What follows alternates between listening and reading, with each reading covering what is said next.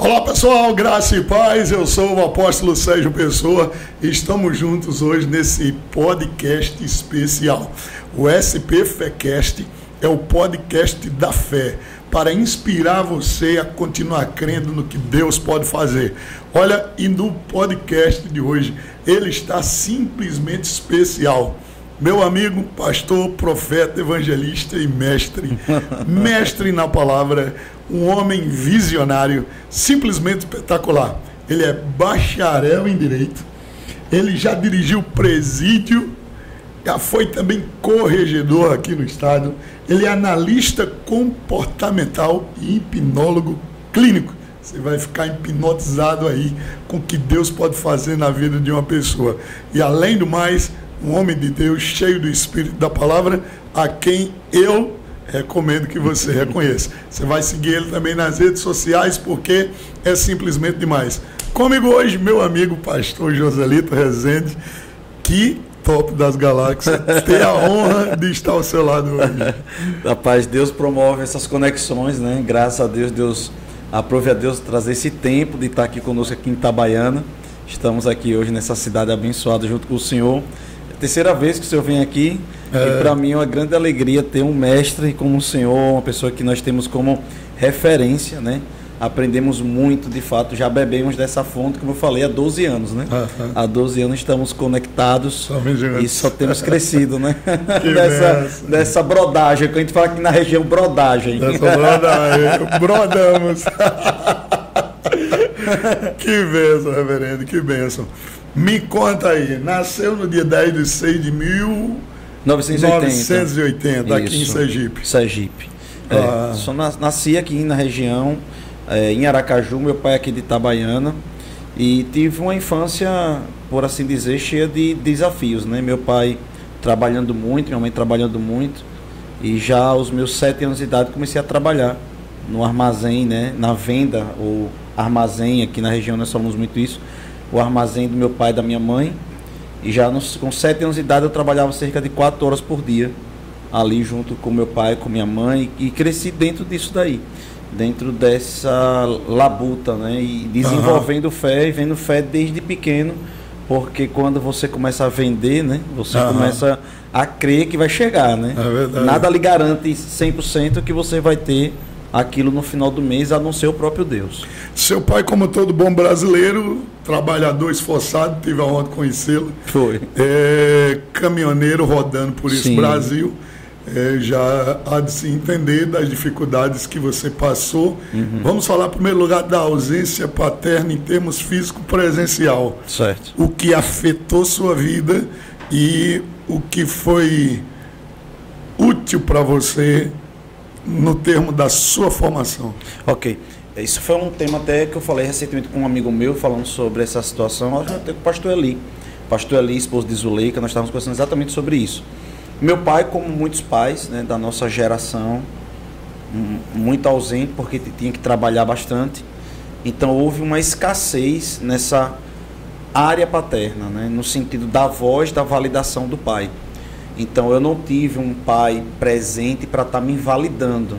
Ele sempre trabalhava muito, era taxista durante a manhã, durante a tarde ele era motorista do Tribunal de Contas da União, e durante a noite voltava muitas vezes para o táxi, e nas férias ele estava ali na Rio Bahia com um caminhão. Então meu pai sempre muito ausente. E quando nós tínhamos ainda a venda, lá como eu falei, então muito trabalho. Então meu pai, nessa ausência, por exemplo, eu não me lembro na minha memória de eu ter meu pai brincando comigo na minha infância. Então, quando eu me converto, e alguém dizia assim... Quem queria brigar com você? É verdade. Se amava mesmo. Quando eu me converti, como eu falei para o senhor, quando eu me converti, né? Meu pai é uma figura, o senhor conheceu, ele se armava para mim, para me bater durante 2 anos e meio, eu já homem feito. O catolicismo muito catolicismo forte. forte. Minha família é bem católica, bem tradicional, e ele odiava essa ideia de eu ter me convertido.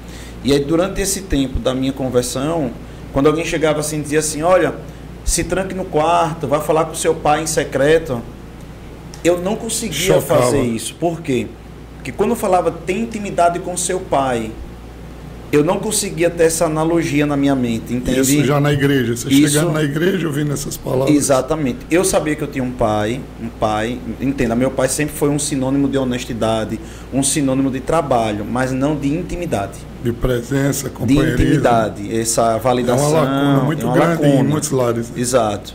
E aí o que acontece? Quando eu passo para a igreja e eu começo a entender que Deus é meu pai, e que eu tenho que ter intimidade com ele, eu tive essa dificuldade de desenvolver intimidade. Né? Travou. Por um tempo eu não sabia bem o que era intimidade com o meu pai, porque eu precisava entender o que era ter intimidade. Entendi. E hoje a coisa que mais me atrai dentro da doutrina do cristianismo é a intimidade, a paternidade e a identidade. É isso. Foi suprido pela presença. Pela presença de Deus, essa validação. Né? Essa coisa de você não conseguir algo, alguém chegar e dizer para você, você consegue. Né? Você cair, levante. Né?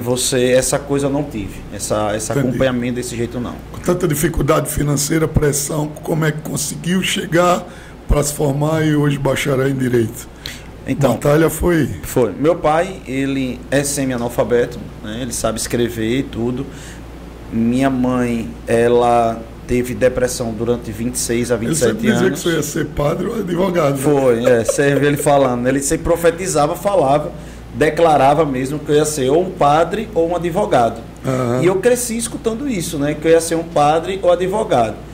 Quando eu comecei a escutar essa história de eu ser padre, eu disse, rapaz, padre eu não vou ser não, então eu vou ser advogado.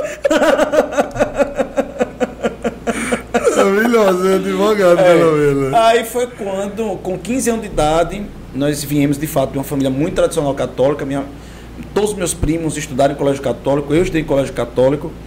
E aí com 15 anos de idade eu começo a perder a identidade cristã, por assim dizer. Então eu começo a não acreditar mais em Deus. E agora já com 21 anos de idade, 6 anos depois, eu já me considerava completamente ateu. Eu era um ateu, não anti-Deus. Era ateu. Entendi. Era uma pessoa que não conseguia acreditar em Deus de forma alguma. E aí, nesse tempo, eu passo na faculdade de Direito, vou fazer a faculdade de Direito e começo a passar em concursos públicos e começo a avançar na carreira. E o meu sonho, o meu desejo era ser promotor de justiça. E eu já estava também sendo mentoreado por um grande promotor aqui do estado de Sergipe. Eu já estava desenvolvendo estudos, né, na área, já avançando nisso, e eu acredito que com todo o esforço que nós tivemos até aqui, eu teria me tornado um promotor de justiça. Até que, né? A altura? Qual é a altura? 1,69 m. Tocava o terror dentro dos presilhos. Conta aí essa história. Pois é, gente, ele era simplesmente diretor do presídio de Areia Branca aqui em Sergipe. E, independente da estatura, o padrão de autoridade era top, né? Então, eu entrei na Secretaria de Justiça, começamos a fazer vários cursos de inteligência, e aí tinha me tornado corregedor-geral do PROCON e da Secretaria de Justiça, um cargo assim no nosso estado aqui relativamente importante. E foi quando nós havia um grupo criminoso, conhecido, famoso no Brasil inteiro, e ele estava se desenvolvendo no estado de Sergipe, estava avançando no estado de Sergipe, e aí foi criado uma grande rede de inteligência para poder quebrar esse grande grupo.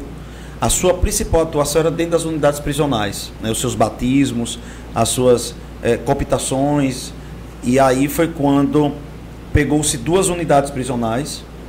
Uma se colocava os batizadores, né, os que chamavam de irmãos. E uma outra unidade prisional era colocada os primos. O que significaria batizadores? Qual era o batismo aí no sentido de fazer parte da gangue deles? Exato. Esse grupo ele tem um estatuto. Esse estatuto ele vai fazer toda uma abordagem nos presos. Ele vai trazer para dentro, mas antes disso vai ter uma sequência. A ideia era tomar o presídio todo. Não só o presídio, mas eles também, além do presídio, e tomando a criminalidade. Eles têm um lema que é o crime fortalece o crime, né? Então, eles criam, na verdade, um grande plano. Esse grupo criminoso, ele criou um plano de assistência. Na verdade, é um grupo que criou, o grande dinheiro desse grupo é um plano de assistência, em que você, dentro da unidade prisional, você é assistido, mas lá fora você gera recurso para assistir aqueles que estão presos. Entendi. E aí tem os intermediários que acabam ganhando dinheiro em cima disso daí. Mais Aí, diabólico do que o diabo.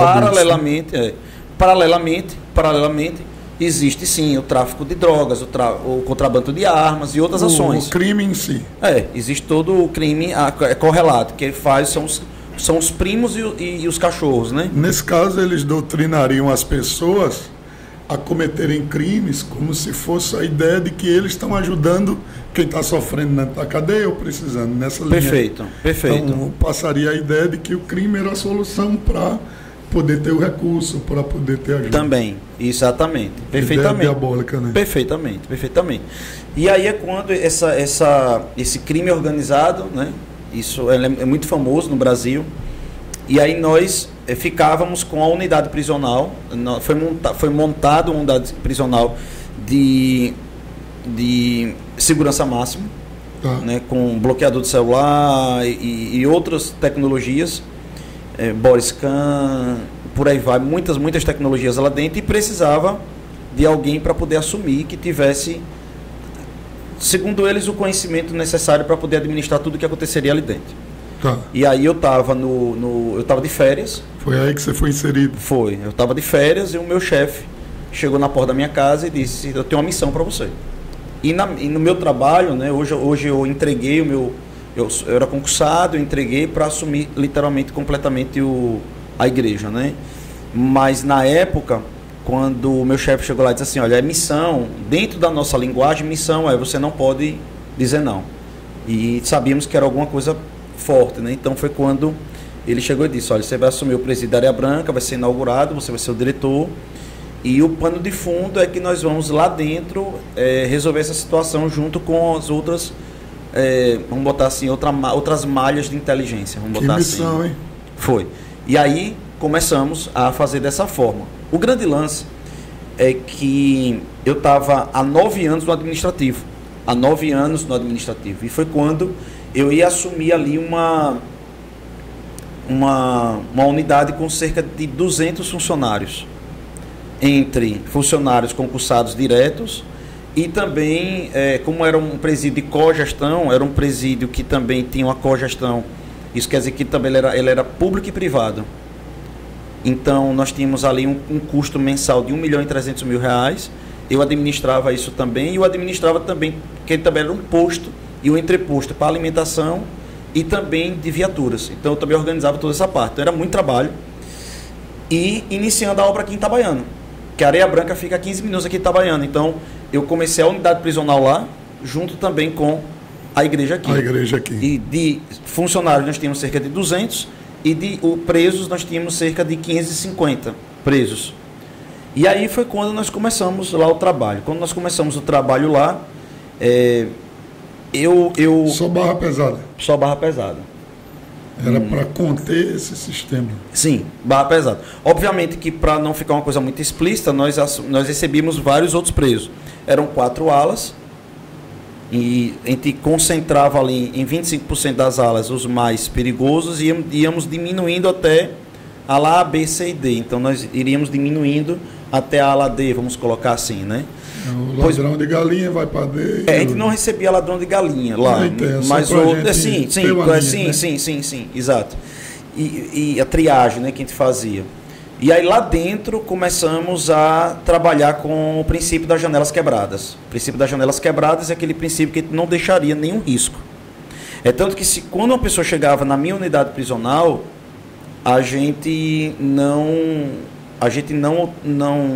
você não iria escutar nenhum barulho. É muito comum, quem conhece do sistema prisional, ter muito barulho na cadeia. Uhum. Na minha cadeia não tinha barulho, não tinha uma zoada. Por quê? Porque nós fomos implementando uma doutrina dentro da unidade prisional. Uhum. Em cada pavilhão eu tinha 2 líderes. E esses líderes conversavam comigo toda semana. Então eu não deixava criar nenhuma balbúrdia antes deles conversarem comigo. Então eles conversavam comigo antes. E paralelamente com isso, eu fui tendo muitos insights do Espírito Santo. E aí que é o X da questão. O Espírito Santo, ele começou a me dar... Eu tive muitas experiências com o Espírito Santo lá. Uau. Eu queria voltar para aquela ideia. Eu estou há 9 anos da Deus, agora... Deus combatendo o crime, então. Exato. Eu estava 9 anos dentro do administrativo. E aí agora eu vou assumir um pelotão de elite, um pessoal de elite, de linha de frente. E obviamente eu não tinha credibilidade. Eu era conhecido como um colega que era um burocrata. Agora eu vou para o operacional. Linha de frente. Linha de frente. Então nós iríamos lidar em algum momento com questões muito complicadas, como nós lidamos várias vezes. Então eles pensavam, na hora H, como nós falamos de QRU, né? Na hora que tiver um QRU, o 01 vai bater as placas. Aham. E aí havia aquela desconfiança. E eu ouvi literalmente a voz do Espírito Santo. Pegue uma 12. Nós entrávamos no pavilhão com uma .40, né? E com uma 12. A 12 tinha uma parte de munição de borracha, outra parte de munição letal. Porque depende da situação que acontecesse, infelizmente, Usaria. se fosse necessário. E aí a gente... E obviamente tem a parte da contenção, tem a parte, né, quem vai na frente, tal, aquela coisa toda, da incursão, né? E aí nós tivemos uma situação, primeira situação, e aí o Espírito Santo disse, pegue a 12, dê o golpe e saia na frente. E ali naquele momento eu ganhei a confiança da minha equipe. Uau. Primeiro momento que o Espírito Santo falou comigo claramente. Eu me lembro que eu me ajoelhei no meu gabinete, eu disse, Senhor, agora o Senhor está comigo e vai acontecer. E de fato, você fica um pouco trêmulo, né? Porque você está há 9 anos no administrativo, agora você vai para o operacional diante de uma operação, dentro de uma situação. E ali começamos a desenvolver muitas coisas que começaram a ser copiadas por outras unidades. Se a pessoa for hoje lá no G1, né? Por exemplo, bota lá no G1 de Sergipe, Joselito Rezende, vai ver que nós tivemos a visita do secretário de Justiça de Maceió, vindo na nossa unidade prisional. Se tornou um exemplo. Se tornou um exemplo. Começou Nesse a se tornar um sentido exemplo. de dar golpe, que seria o quê? Para o pessoal entender melhor. Quando você falou Dar um Espírito golpe, Santo dar o golpe, seria Dizer assim, a armação já da armação 12, e né? dizer, eu já estou pronto e se Para precisar... o pessoal entender que não é dar golpe de roubar, não. Pelo amor de Deus, aí se orienta aí, viu, meu irmão? E outra coisa, às vezes pensamos, é crente, é cristão, pastor, e vai armar, pegar uma arma e ir para cima de bandido. A Bíblia diz que a justiça é vara de Deus para quem está fazendo mal, meu irmão. Entendeu? Então, tem que entender que o ministro de Deus não é só o pregador do evangelho, não. A polícia também é colocada, eu não estou falando de corrupção, estou falando dos honestos, verdadeiros, corretos e sinceros. É a maneira que o Deus tem de bater de frente com Satanás, que é roubar do diabo, né? Sim. Ele veio para roubar, matar e destruir. Então, Sim. Assassinato, roubo e por aí vai. Sim. Em Romanos está muito claro, né, apóstolo? Ele disse que nós somos... Você viu hoje no Rio de Janeiro? Não. Mais de 25 motos, foi ontem, né, no Rio de Janeiro, mais de 25 motos dos traficantes andando e dando a ordem dentro do Rio de Janeiro de São Paulo. Está faltando disciplina, né? Exato. A Bíblia vai dizer em Romanos o seguinte, veja bem. Você quer ter o elogio das autoridades? Cumpra a lei, faça bem, faça o bem. Faça certo. Senão, elas vão se levantar como espada de Deus para trazer terror. Juízo. Ele fala terror. Terror, debalde, né? Terror. Então, nós temos leis, obviamente. Nós temos toda uma discussão do que é moral, do que é legal. Isso quem está nos assistindo sabe do que eu estou falando. Entretanto, nós precisamos entender uma coisa, e isso é muito real. O Brasil, ele não tem uma questão, não é uma questão de segurança pública. O Brasil, em muitas situações, é uma questão de guerra. Veja, o que é segurança pública? Presta atenção. Segurança pública é Scotland Yard na Inglaterra. É SWAT nos Estados Unidos. É SWAT nos Estados Unidos, chegando, por exemplo, alguém está lá com um refém, e já há uma cultura da quantidade de minutos que a SWAT ele tem que esperar. Não esperou, tem que entrar. E tem que resolver. O Brasil não. O Brasil ele está lidando com uma situação... O Brasil favorece muito a bandidagem, né? Não, eu estou falando de ação. Já tem carta branca. Entendi. Não vai ninguém estar respondendo depois por aquilo que fez ou que não fez. No Brasil, entenda o que eu estou falando, apóstolo. O policial no Brasil, por exemplo, do Rio de Janeiro, queira ou que não queira, gosta ou não gosta, estou falando do policial, a ponta da lança. Estou falando de polícia. Não estou falando de políticas públicas, que nós poderíamos falar só sobre isso também, mas a questão disso. Quando você vai ver o policial sobe na favela, ele vai subir na favela, não vou falar só favela, às vezes um policial rodoviário federal, ele está indo ali na BR, pegar um caminhão carregado com drogas.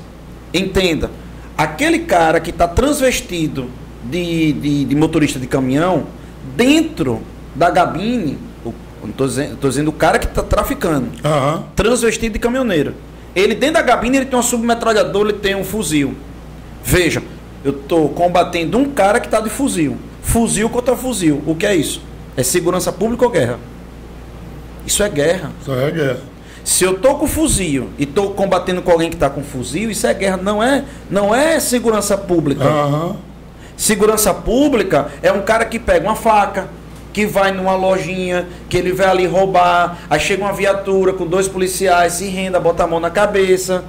Isso é segurança pública. Entendi. Nós estamos lidando com estado de guerra. Eu fiz um curso...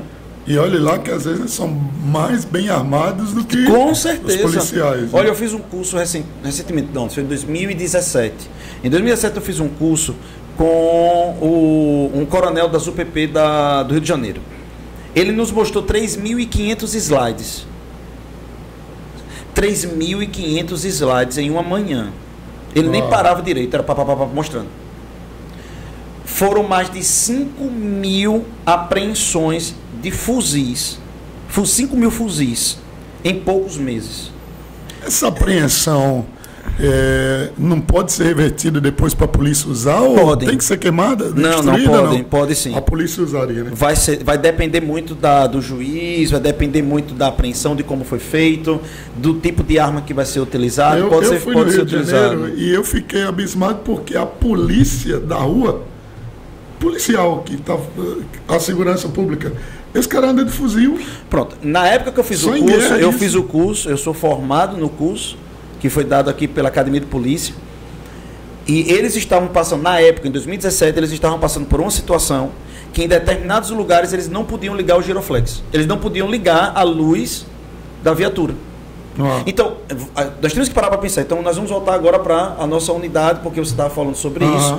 Então, nós precisamos entender que determinadas... A disciplina, a vara que a Bíblia diz sobre espancamento. Agora, cadê as coisas diferentes? Agora, vejam, vamos só entender algo aqui. Nós tínhamos, essa unidade era uma unidade prisional nova, uma unidade prisional com cogestão, ou seja, uma parte privada, então não faltava nada para os presos. Em que os recursos que passavam pela minha mão eram 100% destinados aos presos. Os presos comiam fruta, a nutricionista, inclusive a nutricionista da nossa igreja aqui, a comida de Torá, Ministério Público direto, sempre fazendo correção, coisa mais linda. Os presos comiam o que há de melhor. Os presos comiam o que há de melhor. Que talvez nem na casa deles não, de jeito nenhum. Eu estou dizendo para o senhor, não tem. Comida de Torá. E aí o que acontece? Celas limpas, fardamento, estojos de barbear, pasta, não precisava de nada, tanto que os parentes não traziam nada de fora, porque eles não precisavam de nada. O senhor acredita que a maioria dos presos queriam sair da nossa unidade para uma bem, vamos botar assim, bem ultrapassada, uma das mais destruídas do Estado? Eles queriam ir para uma das piores unidades do Estado e eles não queriam ficar conosco. Mas você sabe por que eles queriam? Porque no nosso não tinha circulação de drogas. Entende isso? Eles não queriam a limpeza, eles não queriam a paz, eles não queriam muitas vezes, muitos não queriam isso. Se recuperar. Ok? Óbvio que nós tínhamos presos que eles diziam assim, graças a Deus, eu quero tirar minha cadeia em paz. Virou uma ficha, teve alguma coisa na cabeça dele que virou. Só que dentro dessa unidade prisional nós começamos vários projetos. Um deles foi com o livro Amor, Caminho para a Vitória. Morreu. A cada capítulo lido e feito o resumo com a nossa equipe pedagógica, eles ganhavam remissão de pena autorizado pelo juiz da vara de execução criminal. Nós conseguimos isso. Aí depois eles terminaram esse livro, Aí o livro da nossa irmã Marisete, estive preso e não viesse me visitar. Aí colocamos ele também. E fomos colocando sobre justiça de Deus e fomos dando. Então havia... Literalmente foi o primeiro rema prisional. E aí nós fomos colocando ali. Gente, olha isso. Primeiro rema prisional surgiu aqui. Foi uma doação até do Rema de Aracaju. Lá, a Mama Edma, ela doou pra gente, né, os livros. O Rema de Aracaju doou os livros, numa parceria com o Rema também Publicações. Aí o que aconteceu? Nós começamos ali com 135 presos fazendo esse projeto. Daqui a pouco nós tínhamos igrejas entrando na unidade prisional com qualidade de culto. Não era qualquer culto, era uma qualidade de culto. Daqui a pouco nós tínhamos os cultos dos funcionários. Os funcionários começaram a ter culto. Hoje nós temos irmãos aqui da diaconia, que está na nossa igreja, em departamentos da nossa igreja, que são fruto desses cultos aqui da nossa unidade prisional. E fomos avançando. Agora, é muito engraçado porque no meio disso tudo, até eu tenho alguns testemunhos sobre isso, que é o seguinte: eu comecei a ter insights do Espírito Santo. O Espírito Santo dizia bem assim: amanhã, pessoa com a roupa X vai tentar entrar na unidade prisional em tal lugar, tentando levar drogas. E aí eu ligava, eu armava todo um esquema, e como havia uma premissa sobre mim, né, eu dizia o seguinte: olha, o meu informante e que informante? O meu informante me disse que amanhã em tal lugar vai ser assim, assim. Veja, eu vou chegar hoje na unidade às 7 horas da manhã.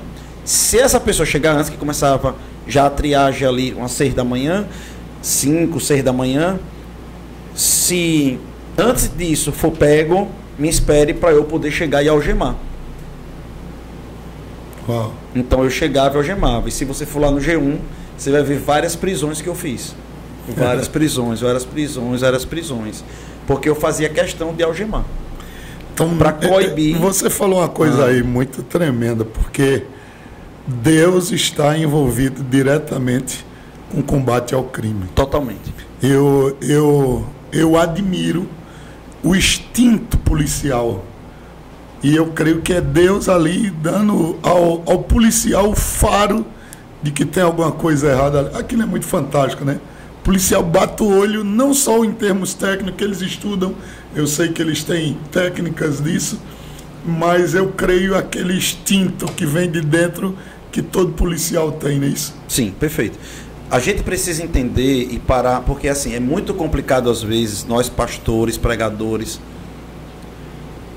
tentar explicar os princípios de Deus em uma sociedade tão leviana como a nossa. Sociedade que eu digo na 2022, contemporânea. É como alguém tentando vir ensinar honra, até para os cristãos, explicar honra, generosidade, os princípios celestiais. Quando a gente tenta começar a explicar honra, de fato, na visão de Jesus, quantas vezes a gente vê irmãos se chocando e dizendo, não, isso é honra, por causa da cultura. Quando a gente fala que Deus é contra o crime, a gente não está dizendo que Deus odeia o criminoso. Da mesma forma que não odeia o pecador. Você vai ver, contra o pecado, você vai ver Jesus com 2 bandidos do lado dele. E um deles foi direto com ele para o paraíso. Na mesma hora, sem batismo nas águas, sem discipulado, sem nada. Mas veja o comportamento dos 2. Jesus não privilegiou o outro.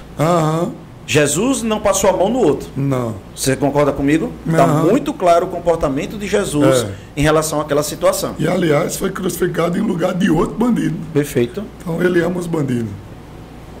Perfeitamente. Então, nós sabemos, e nós temos aqui, inclusive, na nossa igreja, ex. Amém. Ex. Onde abundou o pecado... Aliás, todas as igrejas têm os ex. Tem os ex, sim. E são pessoas extremamente maravilhosas, corajosas, dispostas, pessoas, sei lá, a Bíblia vai falar que onde abundou o pecado, superabundará a graça. Então imagine um cara desse convertido. Jesus, ele é um investidor. Ele olha para um cara desse e ele quer que venha se converter. Eu encontrei um diácono no Rio de Janeiro, ele era mais alto que eu assim, e esse diácono, eu nunca vi um cara tão amoroso. E depois do culto, que a gente conversou, ele já tinha matado mais de 57 pessoas. Eu fiquei feliz da vida, né? Porque encontrei ele salvo, né? Só que... E é impressionante que a intensidade que eles tinham para o pecado, agora eles têm para o reino de Deus. Isso se encaixa naquela passagem, a quem muito perdoou, muito amor? Sim, muito, muito mesmo. Agora, o que é que salvou esse cara? O que é que salva um bandido dentro da cadeia? E eu que vivi lá, eu sei. Trabalhei durante 16 anos, em diversas frentes. Eu sou autor do plano diretor do sistema prisional no estado de Sergipe. Deixa eu dizer algo. É a disciplina. Isso Aí você tocou no ponto-chave. Disciplina já começa em casa, né? É nisso que eu vou chegar. Toda bandidagem problemática veio da casa, né? É nisso que eu vou chegar. Assim. Infelizmente, é nisso que eu vou chegar. Apóstolo, veja, não temos como generalizar, obviamente. A Bíblia diz, ensina seu filho no caminho e jamais ele se desviará. Pai e mãe, aos moldes bíblicos, presenciais, perto, vivendo, experienciando, a família cristã, a criminalidade, ela vai cair. Qual é o fator do aumento da criminalidade? Segundo o doutor Luiz Cláudio, doutor em criminologia, um dos maiores conhecedores do nosso estado, ele fez um estudo, o porquê a criminalidade estava aumentando no nosso estado. Eu fiz parte da apresentação do projeto lá como corregedor, entendendo a problemática da criminalidade como ponta da lança. Repare só isso. Ele mostrou para a gente que existia estados mais pobres do que o nosso, que não tinham um aumento de criminalidade como o nosso. Então não era pobreza. Ele mostrou que havia estados piores em cada índice do que o nosso.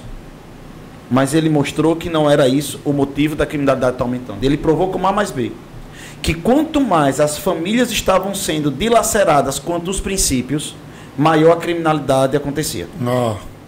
O problema é uma coisa chamada aparelhos ideológicos. Durkheim, você que é formado em sociologia ou na área de humanos sabe disso que eu vou falar agora, Durkheim, e outros vão mostrar e vão falar de aparelhos ideológicos. Aparelhos ideológicos é um aparelhamento para criar idênticos. Quais são os nossos modelos hoje? Quais são as nossas músicas hoje? Qual é a nossa cultura hoje? E é aí que as pessoas começam a brincar com coisa séria. É aí que as pessoas começam a não entender determinadas coisas que a igreja combate, que a igreja é chamada de antiquadra. Por isso que a igreja é baluarte, coluna, sal, luz. Ela conserva, ela traz clareza. Quando nós pegávamos presos nesse quilate que nós estamos falando, o que é que eles odeiam? Disciplina. E o que é que alguns órgãos de proteção à vida, no lugar de ajudar a vida, atrapalha mais a vida? O que é que ela quer tirar? O poder da disciplina. Porque tem uma diferença entre o pai corrigir com a vara que a Bíblia manda e espancar. Perfeito. Né? E aí eles levam para o lado de espancamento. E eu acho que é aí onde... O problema, apóstolo, é os exageros. E quem defende determinados tipos de doutrina sabe que eles estão querendo roubar o pátrio poder para colocar o poder ao Estado. Para que eles futuramente tomem o Estado e controlem tudo. Essa é a questão. É uma visão leninista. Essa é uma visão, infelizmente, às vezes nós precisamos dar alguns nomes, eu não quero entrar em algumas celemas políticas, mas eu estou falando de realidade. O que é que nós temos dificuldade? O que é que bandidos corrompidos odeiam? Disciplina. E aí, na disciplina, eles acabam... a gente acaba como força policial, e aí onde eu quero entrar, voltando àquela pergunta que o senhor fez, a questão do terror, da espada. Quando a polícia chega ela chega para colocar o quê? Ordem. Quando os órgãos policiais chegam, colocar ordem onde não existia antes. Então eu me lembro muito de algumas cenas que a gente via e eu ficava sabendo. Repara isso. Eles saíam na BR, a unidade prisional, e eles saíam da unidade prisional e ele saiu com um alvará de soltura.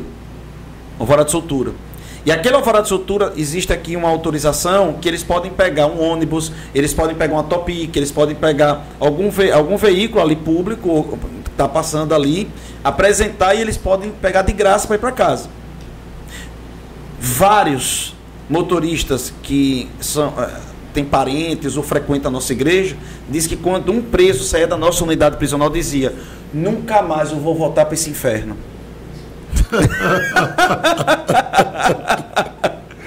Que coisa. Agora, que inferno? Roupa lavada. É Eu lhe garanto isso. Todo sujo, né? Sandália nova, sempre. Quebrava a sandália e dava outra. Aparelho de barbear novo.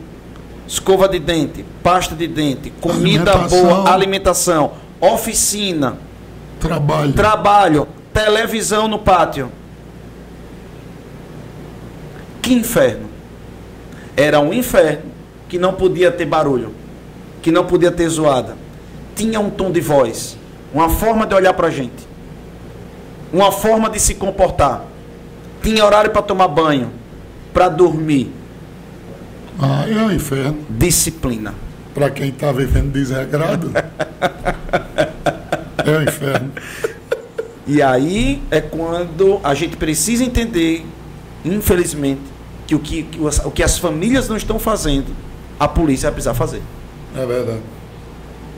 Uau. E as famílias não estão fazendo por quê? Porque o conhecimento da família cristã, os princípios cristãos, estão se perdendo. Eu me lembro de uma mãe, muito engraçado isso, mãe é mãe, né? Mãe é mãe. Mãe é mãe. Eu sou apaixonado pelas mães. Sou apaixonado pelas mães. E assim, eu tenho um vínculo muito forte com minha mãe, e assim, cara, a gente via, assim, às vezes numa fila gigantesca, poucos pais, poucos irmãos, mas mãe e mulher... Tá lá, né, cara? As toneladas tá lá, beleza. Tá lá. E eu fiz parte de uma época de um projeto que era a assessoria jurídica. E eu coordenei a assessoria jurídica. Nós fazíamos o livramento condicional, proteção de regime, habeas corpus, para os presos que precisavam. Ok. Chegamos a ter 75% das ações dentro da vara das execuções criminais. Então, eu defendo os direitos humanos. Ok? Eu defendo o sistema correto. O que acontece? Eu me lembro de uma mãe chegando para mim e dizendo assim: meu filho é inocente. A gente fazia uma entrevista ali e tal. Ah, meu filho é inocente. Está havendo uma manipulação da polícia contra o meu filho. Eu disse, olha, trabalhador e tal, aquela coisa toda. Eu disse, tudo bem. Eu vou aqui entrar no sistema. Nós temos alguns sistemas que nos fornecem rapidamente informações cruzadas. Entramos lá. Esse filho dela, e ela me contou toda uma história do filho dela ser inocente. Tinha 9 processos. Em 9 cidades diferentes. Inocente. Em alguns estados diferentes. Tipo, 4 no estado de Sergipe, 2 em outro lugar e por aí vai. 9. E crimes diferentes. Estupro, assalto, homicídio, estelionato e eu dizendo... Eu mostrei para ela, os documentos batiam, o nome dela batia, o nome dele batia. E de fato, onde ele residiu. Eu disse, minha senhora, veja, a senhora sabe disso, sei, isso, sei, isso, sei. Os 9 ela sabia do processo. Ela disse, tudo arquitetado pela polícia. Em 9 lugares diferentes. Eu disse, olha, isso é uma verdadeira conspiração, é uma teoria da conspiração de Torá. O seu filho é algum agente do futuro que alguém quer impedir nesse presente. Eu brincando com ela. É alguma coisa o seu filho, porque ninguém teria uma atenção dessa forma para criar tantas histórias. Pois é. Ela fez assim para mim, pois é.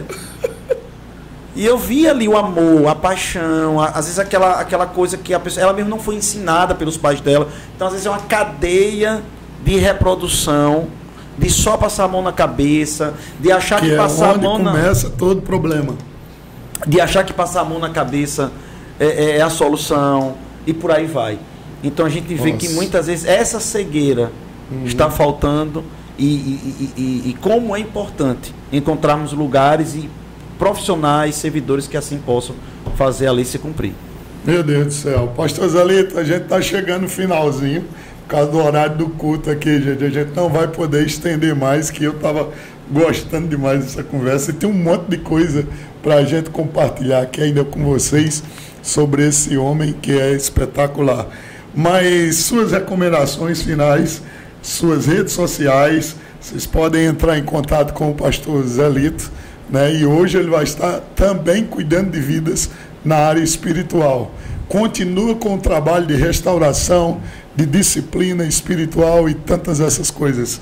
Suas redes sociais, suas considerações finais e já o meu muito obrigado. A gente ia fazer umas 3 horas de podcast aqui, né? Então, apóstolo Sérgio, eu quero agradecer primeiramente pela sua vida, por essa janela que está aqui aberta, tá com o senhor no seu podcast.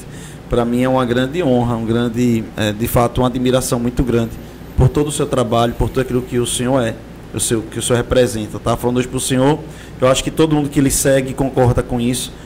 O senhor é um pregador raiz, né? Estávamos falando sobre isso hoje. Eu olho para o senhor como um baú de tesouro que precisa ser um patrimônio que precisa ser protegido, né? Às vezes a gente vê alguém olhando para um pássaro, né? Diz, olha, vamos proteger aquele pássaro, né?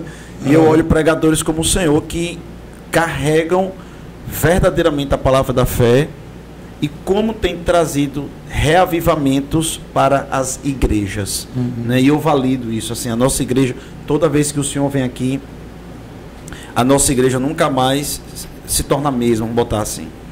A nossa rede social, de fato, hoje nós estamos concentrando, foi uma direção que Deus me deu, nossos trabalhos, na Verbo David Itabaiana. Então você pode procurar Verbo David Itabaiana, YouTube, Facebook, Instagram. E nós temos também o nosso podcast, o Podcast Fly, né? Fizemos uma coletânea de entrevistas e fizemos lá. Estamos começando ainda também o nosso podcast, iniciando lá, inclusive aqui nesse estúdio. Toda essa estrutura aqui, gente, e a equipe que está por trás aqui, tem uma equipe lá no House Mix. No House Mix? House Mix. House Mix, é chique demais aqui. Olha só, tem 3 aqui trabalhando. Tem a equipe lá no House Mix, lá, trabalhando para tudo isso aqui funcionar. E também tem um podcast deles que vocês devem seguir. Podcast Fly está começando ainda, está iniciando. E nós também temos nosso Instagram, né? O meu Instagram, particularmente, é Lito, Dani, Ana e Ana. Misericórdia. Eu fiz Lito, Dani, a minha filha disse, cadê meu nome? Botei Ana, nasceu outra, agora é Ana. Lito, Dani, Ana e Ana. Aí eu tenho que criar outro nome, isso não está muito comercial, não. Aí vocês procuram lá e a gente está aqui à disposição sempre. E nós amamos a palavra do Senhor e nossa igreja está aqui à disposição para tantas vezes quanto a gente puder ter o Senhor conosco. Amém. Para mim é uma grande honra.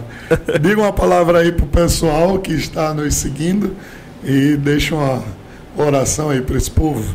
Queridos, deixa eu falar algo para vocês. Já que foi tratado sobre esse assunto aqui com o apóstolo, eu queria falar para vocês o seguinte: não deixe que os outros façam aquilo que Deus chamou você para fazer. Nós temos uma responsabilidade com essa geração em deixar um legado. Os nossos filhos são um legado, nossos funcionários são um legado, nossa igreja é um legado. E o tempo de qualidade e a disciplina e os princípios talvez sejam as coisas mais importantes que nós precisamos ensinar nesse tempo agora para todos eles, através da nossa vida. Disciplina ensinado com vida. Que a sua vida seja de fato uma pregação. E saiba que toda vez que você ensinar com a sua vida a disciplina, através do amor, você vai estar salvando pessoas. E eu quero orar por você agora. Talvez você possa estar passando por algum problema na sua família. Talvez você possa estar passando por algum problema com algum dos seus. Esteja alguma situação em zona de risco. E eu quero orar por isso. Senhor, nós queremos te agradecer por cada família, cada pessoa que está aqui agora nos assistindo. E declarar, Pai, que aquilo que eles estejam precisando agora haja uma revelação, uma luz, uma inspiração, para que possam chaves vir até eles e eles possam praticar essas chaves. E tudo aquilo que esteja em desequilíbrio, talvez algo que esteja fora do contexto, que esteja sendo uma bagunça que o diabo esteja colocando, Eu declaro agora quebrado esse poder do inferno. Quebrado agora também essa influência do maligno. Eu declaro famílias restauradas, casamentos abençoados, empresas organizadas. Eu declaro igrejas seguindo os princípios e elas tendo uma cadência, correndo e nunca parando. Em nome de Jesus eu declaro essa bênção, essa manifestação da bênção sobre a vida dos meus irmãos. Em nome de Jesus, amém e amém. Que bênção, gente. Quero agradecer demais a sua companhia aí. Curte, compartilha, se inscreve no canal. É muito importante que você faça essas 3 coisas. Nossa imensa gratidão a toda a equipe aqui do Verbo Itabaiana, ao meu amado pastor José Lito, quem ama de coração, e essa igreja tão preciosa que sempre nos recebe. Olha, compartilha aí com o maior número de pessoas. Essa ministração que foi dada hoje do testemunho de vida tem que chegar no coração da família. O segredo está em cuidar do seu filho. O segredo de tudo isso aqui é na casa, você disciplinar e ensinar os caminhos do Senhor. Nós não teremos esse problema nos presídios, que começa na casa com a ausência de pai, com a ausência de mãe, com a troca de presentes e com o passar a mão na cabeça quando deve ser corrigido. Tá bom? Isso é muito importante que você entenda isso. Não esquece, toda segunda-feira, 10 da manhã, sobe o vídeo SP10, 10 minutos de palavra de fé para o seu coração.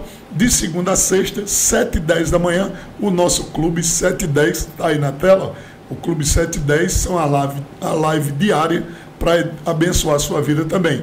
E caso você queira se aprofundar ainda mais, na bio do meu Instagram, você vai ter o curso Desbloqueando a Fé, o calendário da fé e todo o material para abençoar a sua vida.